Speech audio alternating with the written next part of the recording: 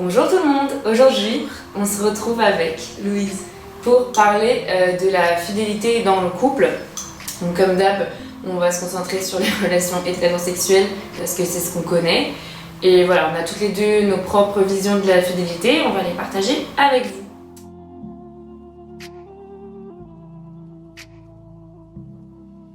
vous. Louise, j'ai une première question pour toi. Est-ce que la fidélité, pour toi, c'est essentiel déjà dans ton couple ?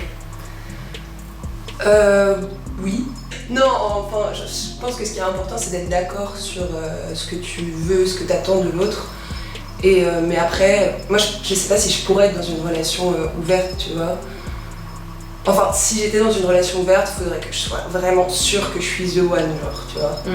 Bah ça, non, on détaillera plus tard, mais c'est vrai que les relations ouvertes, moi, j'aime trop le concept et j'aimerais bien pouvoir être en accord avec ça. Ouais, tu vois, je trouve ça super cool, mais je pense que j'y arriverai pas. Est-ce que pour toi, on est tous de nature infidèles ou c'est vraiment en fonction de l'amour qu'on porte à la personne en face de nous, enfin notre partenaire ? Bah moi j'ai tendance à penser que si t'aimes vraiment quelqu'un, t'as pas envie d'aller voir ailleurs, tu vois. Ah ouais ? Ouais. Enfin je sais pas, parce que moi genre je sais que si je suis amoureuse, j'ai vraiment genre Dieu que pour la personne, tu vois. Même sur le long terme ? Enfin, t'es jamais tentée par d'autres personnes ? Bah si, mais genre ça m'est arrivé, mais je me suis dit, bah écoute, genre, le mec il sera toujours là après, enfin ou pas, tu vois, mais juste... Mon mec il est tellement mieux que... Oui c'est ça, et puis ouais. je me dis, bah au pire, plus tard, si jamais, tu sais, je suis solo, genre, oui. En gros, pour moi, si tout va bien dans mon couple, j'ai pas besoin d'aller chercher ailleurs, parce que même s'il y a un mec, genre je sais pas, il y a une alchimie, un truc comme ça... Genre vraiment, je suis chaude pour ce mec, je vais me dire, bah non, parce que genre à la maison, j'ai genre un mec que j'aime plus fort parce que je le connais mieux. Et si tout va bien, bah, je vois pas pourquoi. Enfin, je sais pas, moi je suis ouverte à connaître ton point de vue, tu vois, mais moi j'ai l'impression que je suis plus. Ouais, on pourrait me ranger dans la case fidèle, tu vois. Ok. Moi je sais pas, franchement. Mais c'est. Je sais pas, tu vois, les gens qui sont polyamoureux par exemple, bah. Et genre ils aiment plusieurs personnes à la fois. Ouais. Mais oui, ça veut pas dire qu'ils aiment moins. En vrai, moi je me reconnais là-dedans parce que dans mon cœur, genre l'amour il se divise pas, il se multiplie. Genre je pense que je peux vraiment aimer plusieurs personnes en même temps. Faire la distinction entre aimer quelqu'un et être amoureux de quelqu'un, tu vois. Genre pour moi le couple, dans sa perfection, c'est quelqu'un que t'aimes parce que, enfin aimer pour moi c'est un truc, c'est dans le temps, tu vois. Mais en gros pour moi mon mec c'est genre un mec que j'aime et en fait tous les jours tu vois il y a des trucs qui me rappellent que je suis amoureuse de lui, tu vois. Pour moi et la distinction elle est là et genre je pense que je pourrais être polyamoureuse dans le sens où genre je pourrais être amoureuse d'autres gens, mais combiner le fait que genre j'aime et en même temps je suis amoureuse, ça pour moi il y a qu'une seule personne qui peut avoir ça. Pour toi en vrai qu'est-ce qui fait qu'on est fidèle ? Comment ça s'appelle ? Schéma ? Ouais. Donc ok, pour toi c'est une question de schéma. Bah, parce que pour moi, si demain mon mec genre c'est très drôle parce que j'ai pas de mec, donc du coup on va faire croire pendant toute la vidéo que j'ai un copain. Mais t'as déjà eu l'expérience donc... Et ouais, mais ouais c'est ça, en gros si mon mec il arrive demain et il me dit ouais, j'ai pécho une meuf hier, une inconnue en boîte, j'étais arrachée, blablabla. Enfin, ouais, ça fait mal, tu vois. Mais si le mec il est en mode mais je veux être avec toi et je t'aime et ça change rien et tout, bah je suis en mode. C'est un truc que tu pourrais pardonner. Oui, je pourrais complètement pardonner. Après, si genre j'apprends que mon mec ça fait 6 mois qu'il parle avec une meuf, qui se disent des trucs de ouf et que juste il la voit et il se retient et tu sais tous les deux ils se retiennent de coucher ensemble et tout. Mais c'est vrai que on en fait tout un plat de genre ton mec ou ta meuf qui a pécho quelqu'un d'autre en boîte, ça on en parle. Par contre c'est ça quand les discussions un peu les discussions genre discrètes et tout que t'as avec quelqu'un, bah elles sont pires. Mais non, en vrai je trouve que c'est pire de parler à quelqu'un, de se retenir, même si c'est platonique hein. C'est là que tu vois du coup t'arrives pas à être amoureuse de deux personnes en même temps puisque ça t'éloigne forcément d'être amoureuse de quelqu'un d'autre. Bah oui, mais par exemple, si c'était un truc qui était accepté, si mon mec, parce que j'ai pas de mec non plus, mais si mon mec il me disait t'as le droit, mais après, s'il me disait t'as le droit, je crois que je serais même pas tentée, tu vois. Il y a un peu ce truc de l'interdit aussi. Oui, bah oui. Et en fait, je pense que si tu fais une relation ouverte avec ton concubin ou ta concubine, Faut tout se dire en fait, tu vois. Tu crois? Oui. En vrai, ça dépend trop des règles que les couples se donnent. Ouais, Et des gens qui sont genre. tout, genre. Ouais, mais il y en a qui disent ok, tu me dis tout, soit tu me dis je veux rien savoir. Ouais, mais ne rien savoir, ça revient à juste le faire dans le secret. C'est un moment et le forcément pire, de c'est tenter de savoir. Oui, et le pire c'est que tu dis genre, bah en fait ça se trouve, tu te fais des films, tu vois, tu te dis ça se trouve le mois dernier il a couché avec 10 meufs, vu que tu le sais pas, tu t'imagines des trucs, tu vois, genre si personne te dit un truc, en fait ça reste dans ta tête. Et on sait très bien que ce qui se passe dans ta tête c'est 1000 fois plus fou que ce qui se passe en vrai, tu vois. Et je sais pas, genre juste tu dois être en stress, Puis, je sais pas, non, je pense que moi, si je faisais une relation ouverte, on se dirait tout, mais en mode hardcore, tu vois, genre... Ah ouais? Ouais. Ah ouais? Ouais. Mais juste pour toi, hein. Est-ce que pour toi, la fidélité, c'est un peu une lutte, ou c'est naturel, tu vis bien avec ça, ou t'es constamment dans la retenue? Ouais, pour toi. Genre la fidélité, enfin, genre moi, du coup, moi, l'être fidèle. Oui, toi, l'être fidèle. Est-ce que, ouais, dans tes précédentes relations, est-ce que la fidélité c'était une lutte ou c'était du naturel? Enfin, est-ce que par exemple en soirée tu te retenais, tu disais non faut que je reste fidèle, ou alors tu t'en foutais de tous les mecs? Bah je pense que moi j'aime bien draguer et tout, donc ça m'arrivait de flirter, tu vois. Après un jour j'ai rencontré un mec qui m'a vraiment plu et je me suis dit c'est pas grave, on le garde pour plus tard. En plus je l'ai gardé pour plus tard. Et sinon, en vrai j'ai déjà trompé un peu. Mais tu sais, c'était un bisou, mais en vrai, c'était un bisou, mais vas-y, pendant longtemps quand même, tu vois. Enfin, c'était pas un long baiser, mais c'était plus genre, ça a duré toute la nuit, tu vois. Et ça, pour le coup... embrassé pendant toute la nuit? Ouais. Et mais non, mais ça, pour le coup, genre, j'étais tellement dans le mal d'avoir fait ça, genre, un bisou, tu vois. Mais... Et j'étais trop mal, et le lendemain, j'ai appelé mon mec, et j'étais en mode genre, oh, j'ai déconné et tout. Enfin, l'infidélité, je pardonne, mais c'est juste... Faut être sûr que en fait le mec ou la meuf elle t'aime vraiment quoi.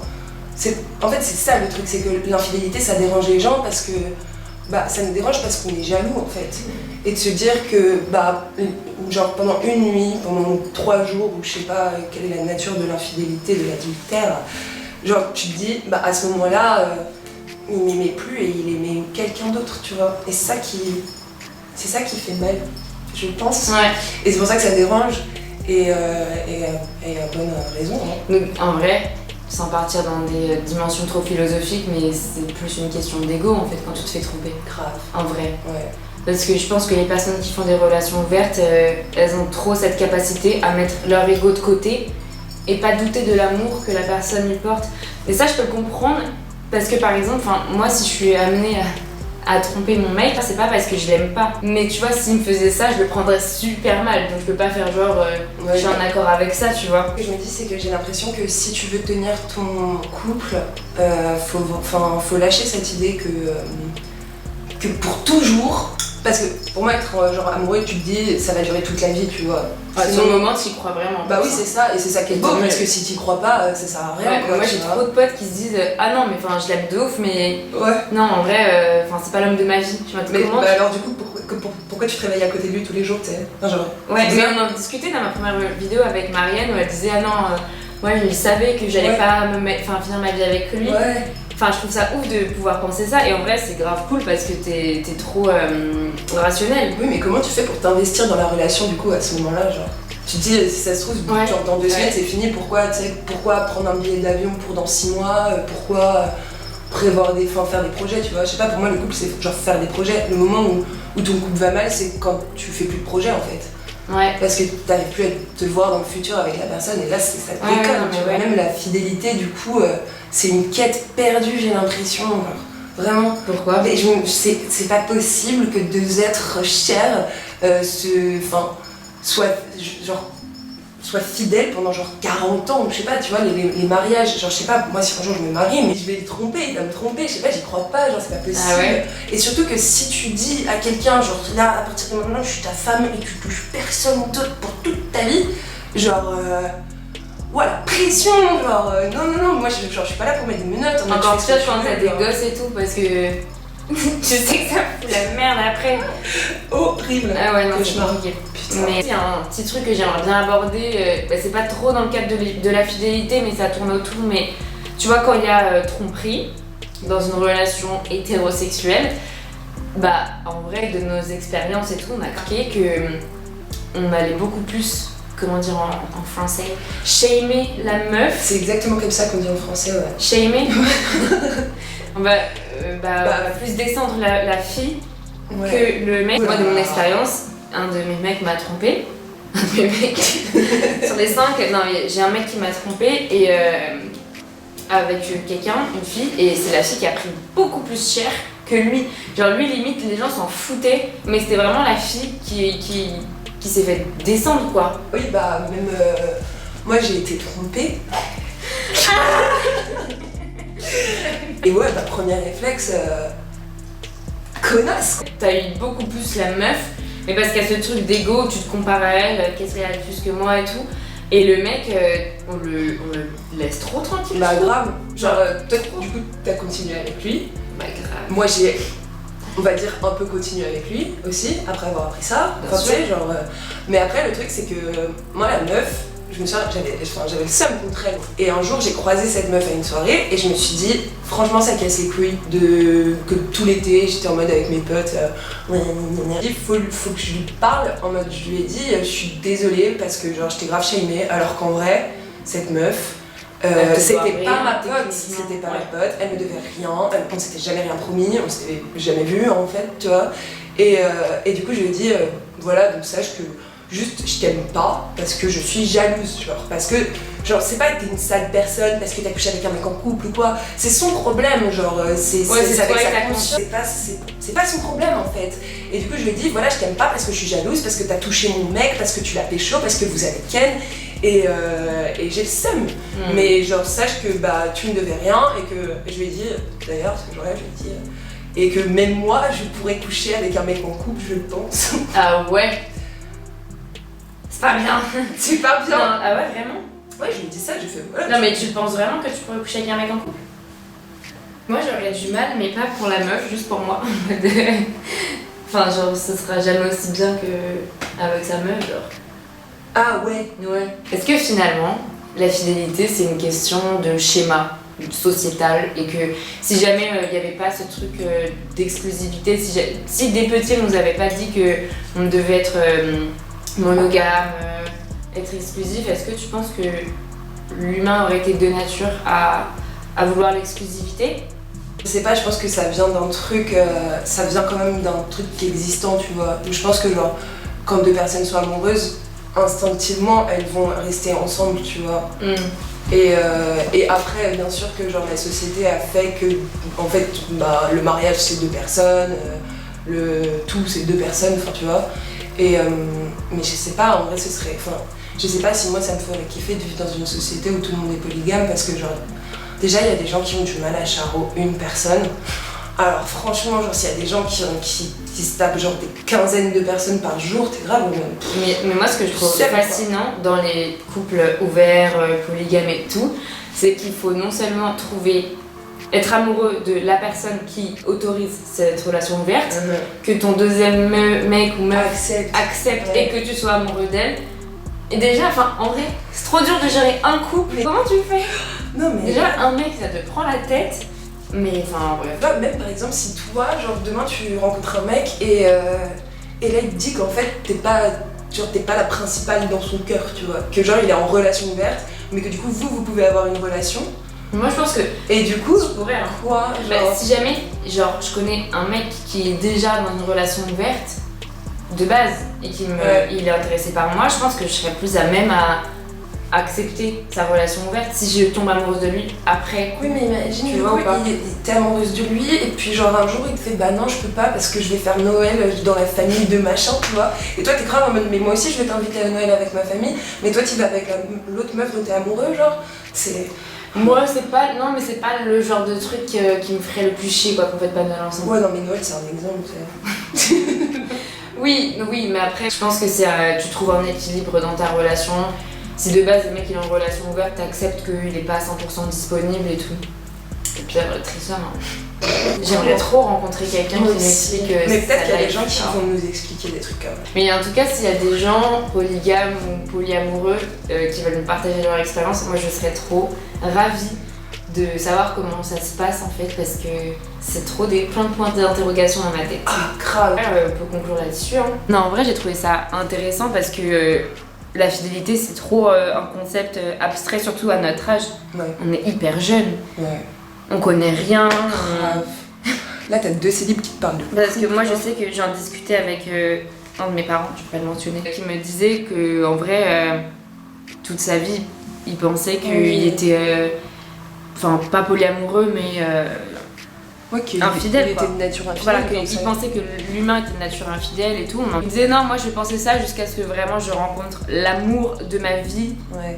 qui n'habitait même pas dans le même pays et tout, et qui me disait, enfin, Ouais. je ne veux personne d'autre. Enfin, genre, il y a Nada. cette personne qui est là, les autres ils sont là. Moi, je comprends. Hein. De ouf. Ce que ton parent disait sur l'amour, moi, j'étais grave d'accord. Enfin, en vrai, je pense que je pourrais être fidèle toute ma vie, moi. Vraiment. Mais j'ai juste trop peur de me faire tromper, quoi. Et du coup, c'est pour ça que je mettrai jamais de menottes à qui que ce soit, genre, parce Mais que... du coup, mais ça a trop. pour enfin, contrôler, en fait, l'adultère, tu vois. Ouais.